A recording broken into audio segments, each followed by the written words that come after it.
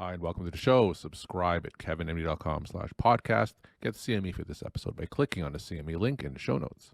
Today, we welcome back Michael Day. He's an orthopedic surgeon. His Kevin MD article is titled The Key to Reversing the Aging Process. Michael, welcome back to the show. Thanks for having me. So we'll get the article in a little bit, but for those who didn't listen to our first episode together, just briefly share your story and journey to where you are today. So I'm an orthopedic surgeon. My subspecialty is sports medicine. Last time we were talking about opioid-free surgery, which is a journey that I've been on in my practice over the last couple of years. And a way of update, I can tell you that with the ACL reconstruction for patients under 25, we have not prescribed an opioid in 2 years, including no rescue prescriptions for any patient that's of the young patients that have undergone ACL surgery. Excellent. And just a follow-up to that update, any complications? Was it what you expected? Were you surprised at the result? I was a little bit surprised. I thought that there would be some rescue prescriptions.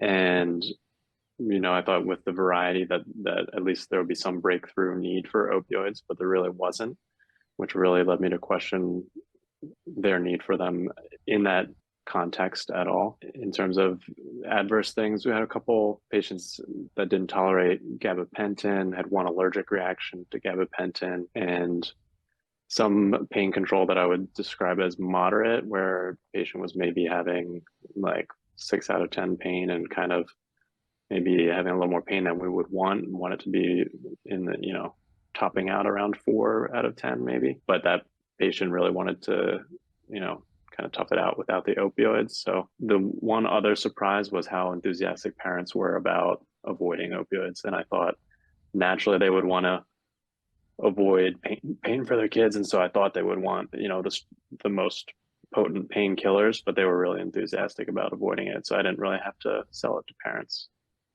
So what's the next step in your studies in this area? I think the next step is to see if it affects functional outcome and re-rupture rate.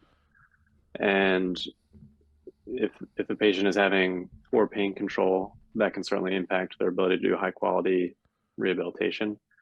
So if they're not doing high quality rehab for whatever reason, it could affect their ability to protect their ACL graft. So I think if we can get, longer term follow up on some of these patients, that we may see differences in re-rupture rates. That said, re-rupture rates are low, so it might require a lot to detect any difference if there is one. All right. So let's talk about your most recent Kevin MD article, The Key to Reversing the Aging Process. So tell us, how did this article come together? Well, I've recently entered my 40s, and traditionally that's, we think about it being over the hill in an age of decline, and that's not exciting for anyone that enters that period of life. So again, questioning norms and what's kind of accepted or received wisdom led me to think about performance at an older age. And, where each day that we perform is an older chronologic age than our previous age. But I, just thinking about performance, whether it's athletics or in the operating room or as a parent, which I've been for less than 40 years, but, thinking about how we can improve that and how that the chronologic number doesn't have to be a steady indicator of decline, and that we can always improve. And that mostly comes down to what's inside the brain and mind, and not thinking of those two as separate things, but as a unified entity that can change over time. And that's how we can, not defeat age-related decline, but kind of slow down the acceleration, if you will. So I just turned 50, so I'm just certainly interested in hearing what kind of techniques I can use to help reverse that aging process. You introduced the concept of neuroplasticity, which is what you were alluding to earlier. So tell us more about that. Yeah, I remember going off to college when I was 18, and one of my Latin teachers in high school telling me, to really take advantage of the college process, and telling me this is the smartest that you are going to be, and your ability to hold information and process and critically think is never going to be higher than when you're in college. And 18 for me was 18 to 22. And that was, I think, the accepted neurology at the time. Not, from my outside understanding of that field, was that we thought that intelligence was static, and after a certain point, that learning or intellectual capacity was highest at when the brain was sharpest in this period of youth, and that it declined until death. Um, and my understanding of the neurophysiology field now is that that's been completely refuted, and that we can change the neurochemistry of our brains. We can form new synaptic connections between the neurons, and that those new connections can be formed even into late senescence. So that is the basis for continuing to grow even after we've stopped, physically growing our bodies. So we can physically change our mind, because a new experience, a new thought, a new learning creates a physically new connection between cells. So what are some examples of things that we can do to establish what you just talked about? Well, in medicine, we always talk about lifelong learning. Okay. And I think so it's easy for us to buy into that, but we often get into the tunnel vision of our field or medicine in general, and we think about limited opportunities for learning, like I'm doing my continuing medical education, or I'm trying to keep up with the journals, but there's so many more opportunities for learning outside of our own field. And probably the easiest example to think of would be learning a language or an instrument or some sort of psychomotor skill, because that really challenges the brain to form those new synaptic connections.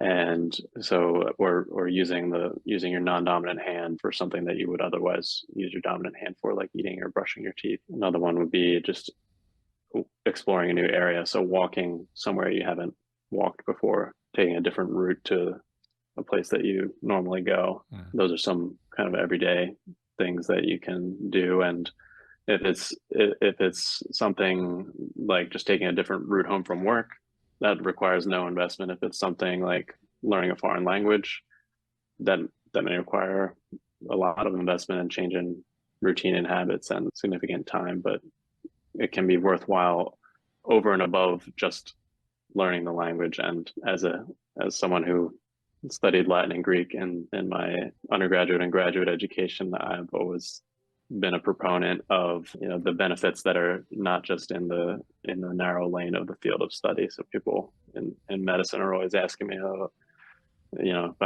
what was the point of learning Latin other than for like learning the anatomy names? And I think that learning a skill gives you so many other benefits, from critical thinking and analysis to just the ability to learn. Learning something enables you to, it's practice at learning. So in our constantly changing, evolving field and times, learning is a superpower. So you make that connection between learning a new skill, a new language, or learning just something new and building these new synapses, and having that lead to physical improvement in our bodies.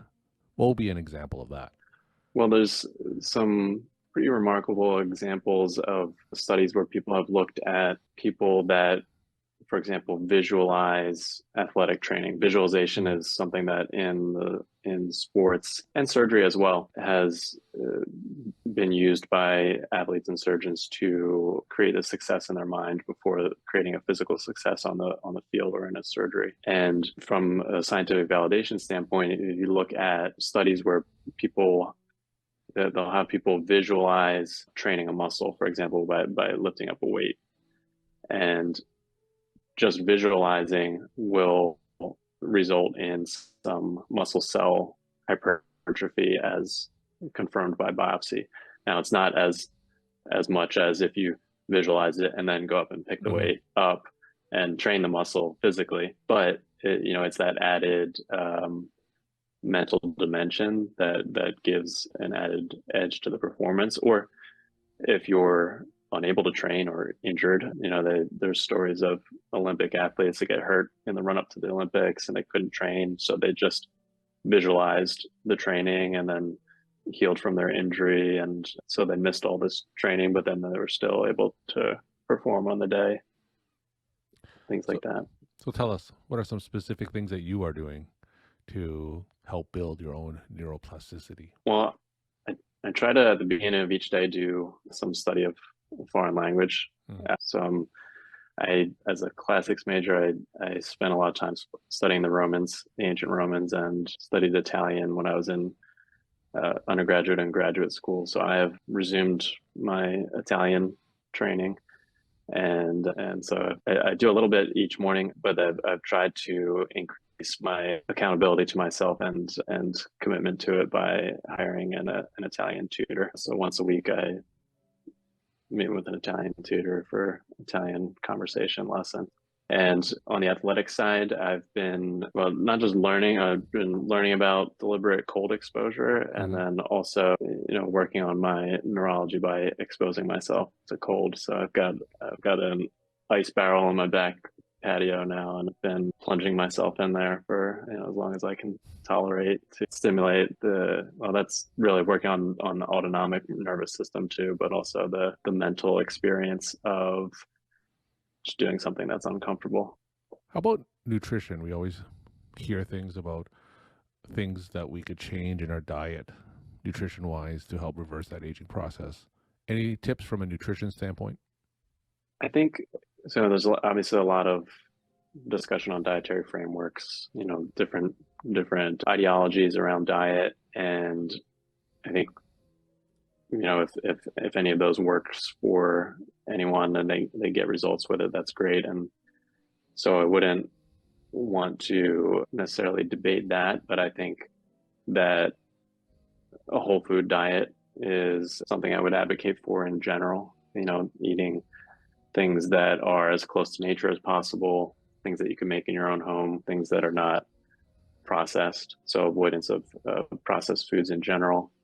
And then, as much as we don't want to hear it, the avoidance of sugar, because I think that is just more harmful than we give it credit for, in terms of, we all, at least in medicine, know the connection with type 2 diabetes, but it's really the amounts of sugar that can be safely consumed. I think we should begin to question, even for people that are normoglycemic, and the stress that we're putting on our system by ingesting the amount of sugar that the average American does, even for a non-diabetic, may be harmful. And when I think about neuroplasticity, to go back to that, what we're making those new neurons of, and what we're making any cell in our body of, is ultimately something that we breathed in or ate or drank.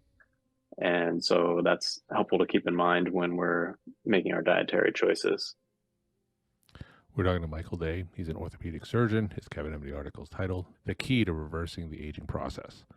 Michael, so for those listening to you and being introduced to that concept of neuroplasticity, what would you say is the one thing that you can recommend right off the bat that most people can do? One thing that most people can do right off the bat would be to identify something that they are learning about that is not directly related to their job or obligations. You can even keep a to learn list and have more than one thing, but just have one thing that you're focusing on and that you're learning about. And so that doesn't take much. I try to keep one thing that's like top of mind that I'm learning about. So when I'm planning out my week, I'll write at the top what I'm learning about this week, what I'm focusing on. And then that can kind of keep your mind focused a little bit when you might want to, if you have free time and mind might be wandering or straying, then you think back to what you're learning about, and then it gives you something to move forward. And that can be a way to keep our learning focused for those of us that are not students, that are not specifically in a learning mode of our life. And my final question, Michael, tell us some of your take-home messages to the Kevin MD audience. Take home message, I would say never think that you're done learning. Always be open to new ideas.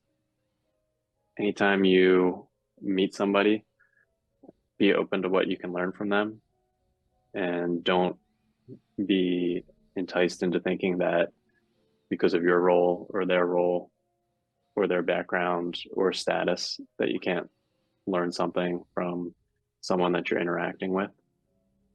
And lastly would be to question what you already know, and where did it come from? How do you know it? And is it something that holds up and stands true, or something that you need to question the validity of? Michael, thank you so much for coming back on the show, sharing your time and insight. Thanks for having me.